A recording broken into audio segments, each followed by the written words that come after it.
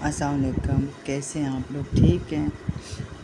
اللہ سے امید ہے آپ لوگ ٹھیک ہی ہوں گے۔ اور کبھی موقع ملے تو واصف علی واصف صاحب کو ضرور پڑھیں۔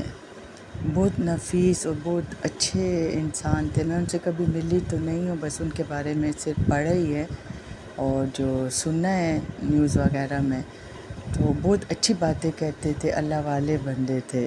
تو جب بھی آپ لوگوں کو تھوڑا سا بھی ٹائم ملے تو ان کی بک ضرور پڑھیں، چاہے آن لائن پڑھیں چاہے بک لے کے پڑھیں۔ تو ان کے کچھ اقوال آپ لوگوں کو بتاتی ہوں۔ ہر انسان کے پاس ٹائم نہیں ہوتا نا بکس پڑھنے کا۔ تو وہ کہتے تھے خوشامد جھوٹے انسان کی سزا ہے اور یہ جھوٹے آدمی کا عمل ہے۔ خیال کی رفتار ہزارہ کمپیوٹر سے زیادہ ہے۔ سچا پیر سچے مرید کی تلاش میں ہوتا ہے۔ تصوف وہ علم ہے جو ہمیں حقیقت سے آشنا کراتا ہے۔ پھر ایک جگہ وہ کہتے ہیں کہ معلوم پر فخر کرنا جہالت ہے اور نامعلوم کا احساس کرنا علم ہے۔ آپ کی زندگی میں آپ کا اتنا ہی کچھ ہے جس سے آپ کا تعلق ہے، ورنہ باقی سارا جو ہے وہ نظر نہ آنے والا نظارہ ہے۔ جہاں سے رضائے الہی شروع ہوتی ہے وہاں سے دانائی شروع ہوتی ہے۔ اگر ارادہ مسلمان ہو جائے تو پھر آدمی مسلمان ہو جاتا ہے، اور باطن یہ ہے کہ آپ کا عمل آپ کے ارادے کے ساتھ ہو جائے۔ گروہ دو ہی ہوتے ہیں، ایک خیر کا اور دوسرا شر کا، درمیان میں صرف منافقت ہوتی ہے۔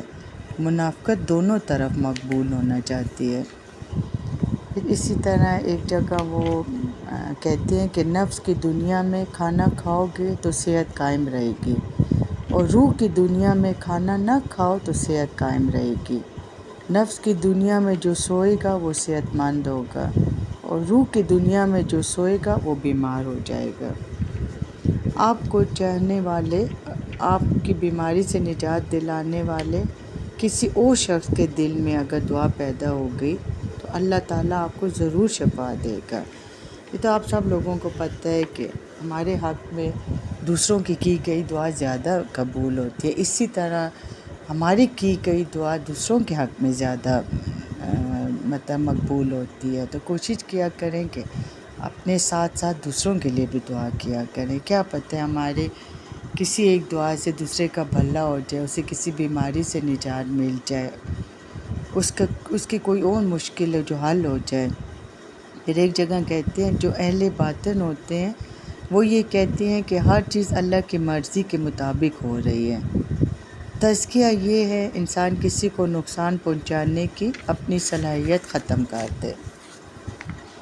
جب فیصلہ اللہ کی منظوری پر ہے تو نامنظور بھی منظور ہے۔ سبحان اللہ، اس بات میں کتنی گہرائی ہے کہ جو اللہ تعالیٰ کو بس سب کچھ مان لیتے ہیں کہ وہ جو کرتا ہے ٹھیک کرتا ہے اور میرے حق میں یہی بہتر ہے، تو پھر کسی بات پہ نامنظور ہونا یا خفا ہونا تو بنتے ہی نہیں ہے۔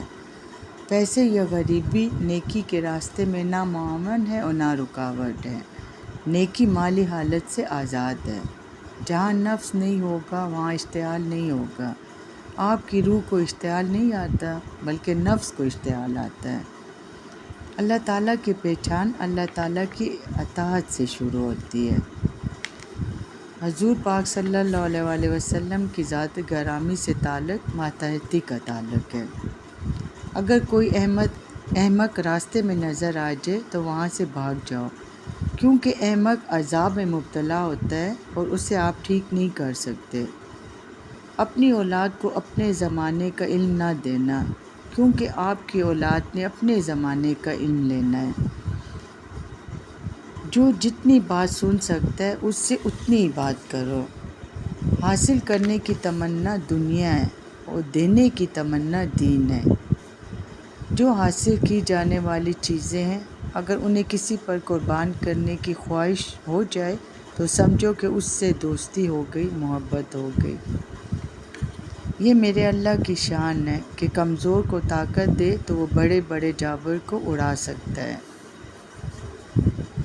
زندگی کی مجبوریوں کو پہچاننا نفس کی پہچان ہے، لہٰذا نفس کی پہچان یہ ہے کہ کون سا انسان کس مقام پر جسم کے تقاضوں سے کیسے بے بس ہو گیا۔ دعاؤں میں یاد رکھیں۔ اللہ حافظ۔